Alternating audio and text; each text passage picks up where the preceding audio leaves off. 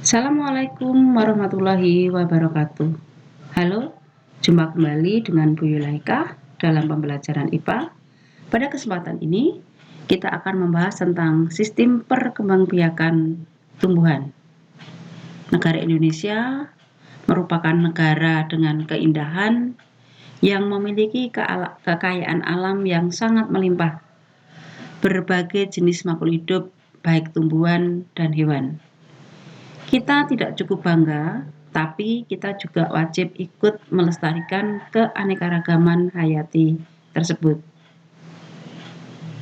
Agar tidak punah, diperlukan kemampuan untuk melakukan perkembangbiakan. Yang pertama, kita akan membahas tentang perkembangbiakan pada tumbuhan Angiospermae. Tumbuhan Angiospermae atau sering disebut dengan tumbuhan biji tertutup, yaitu tumbuhan yang memiliki ciri bakal biji berada dalam bakal buah atau berada dalam ovarium. Dibagi menjadi perkembangbiakan secara vegetatif atau seksual. Kemudian yang kedua, perkembangbiakan secara generatif atau seksual. Untuk mempelajari perkembangbiakan vegetatif, coba kita amati beberapa bagian tubuh dari tumbuhan berikut.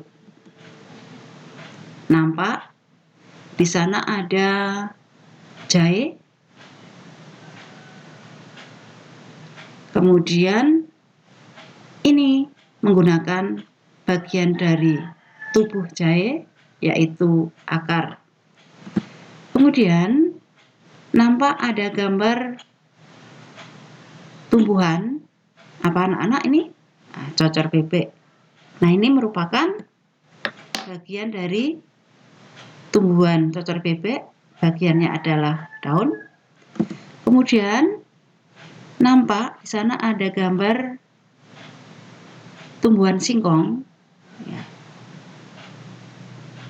Di sana nampak bagian dari tumbuhan singkong, yaitu batang. Perkembangbiakan yang kalian amati tadi dimasukkan ke dalam perkembangbiakan vegetatif, yaitu cara berkembang biak yang terjadi tanpa melalui peleburan gamet jantan dan gamet betina. Terbentuknya individu baru berasal dari bagian tubuh yang tersusun dari jaringan meristem yang mampu mengadakan pembelahan sel dan membentuk individu baru. Pada perkembangbiakan vegetatif, tumbuhan memiliki sel-sel yang memiliki kemampuan untuk berkembang menjadi berbagai jenis sel penyusun jaringan pada organ. Tumbuhan yang disebut sel meristem. Pada perkembangan vegetatif, keturunan yang dihasilkan ini nanti memiliki sifat atau karakter yang sama dengan induknya. Sekarang kita akan bahas perkembangbiakan vegetatif.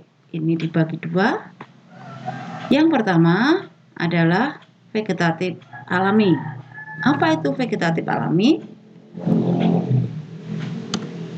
Yaitu perkembangbiakan menggunakan bagian tubuhnya sendiri tanpa campur tangan manusia.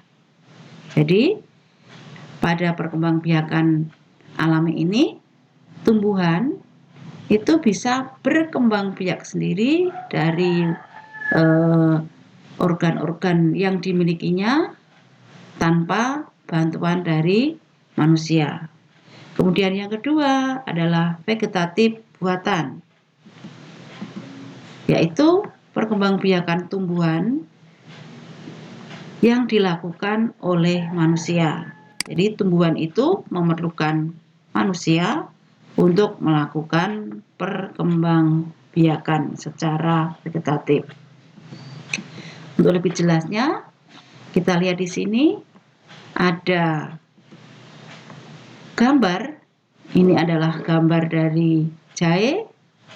Bagian tubuh yang digunakan itu adalah rizoma, rimpang, atau akar. Contohnya jahe, lengkuas, kencur, kunyit.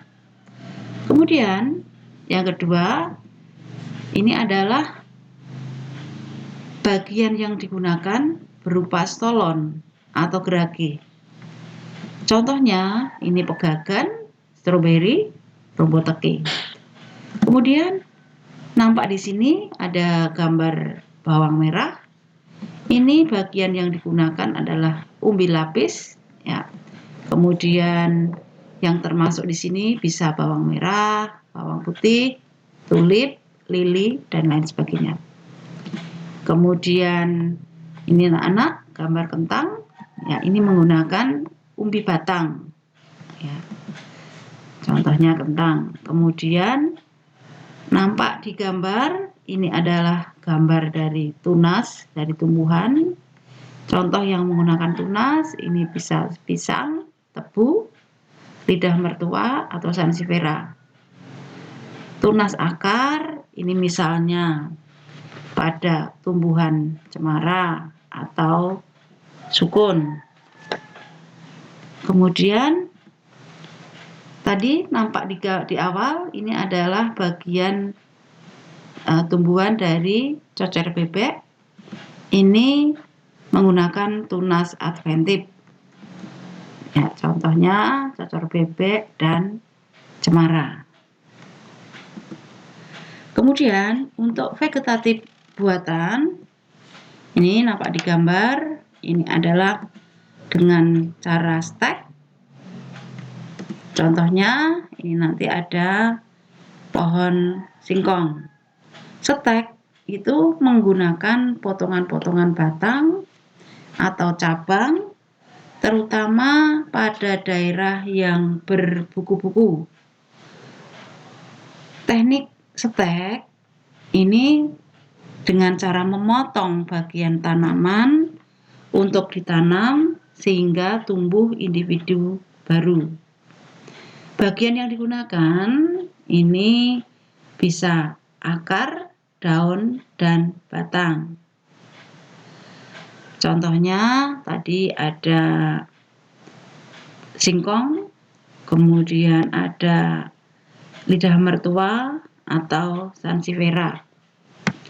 Kemudian yang kedua adalah mencangkok. Mencangkok dilakukan dengan cara membuat perakaran baru di atas permukaan tanah atau batang tanaman, yaitu membuang sebagian kulit dan kambium secara melingkar pada cabang batang, lalu ditutup dengan tanah yang kemudian dibungkus dengan pembalut, bisa sabut ataupun plastik. Cangkok akan menghasilkan tanaman yang memiliki sifat seperti induknya dan cepat berbuah. Namun, perakaran tanaman ini kurang kuat karena berupa akar serabut. Kemudian yang berikutnya adalah merunduk. Merunduk dilakukan dengan membengkokkan atau membenamkan batang atau cabang suatu tumbuhan ke dalam tanah. Akar akan terbentuk pada bagian batang yang ditimbun tanah. Setelah tumbuh akar, bagian tersebut dipotong dan dipindahkan sehingga akan tumbuh menjadi individu baru. Merunduk dapat dilakukan pada tanaman yang memiliki cabang batang panjang dan lentur. Misalnya ini tanaman alamanda, stroberi, dan melati. Kemudian yang berikutnya adalah mengenten, yaitu menyambung dua jenis tumbuhan yang berbeda. Dan yang Kelima adalah okulasi, nampak di gambar, yaitu prinsipnya sama dengan mengenten, tapi tumbuhan yang ditaruh di atas hanya diambil mata tunasnya saja. Jadi sama-sama menyambung. Ini kalau yang okulasi ini hanya mengambil mata tunas dari tumbuhan lain kemudian ditempelkan ke tumbuhan yang akan dilakukan okulasi.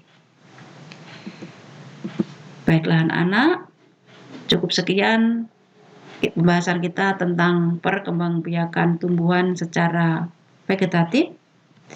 Semoga bisa menambah wawasan kalian untuk lebih semangat belajar. Sampai jumpa pada materi berikutnya. Saya akhiri. Assalamualaikum warahmatullahi wabarakatuh. Jangan lupa like dan subscribe. Terima kasih. Dadah.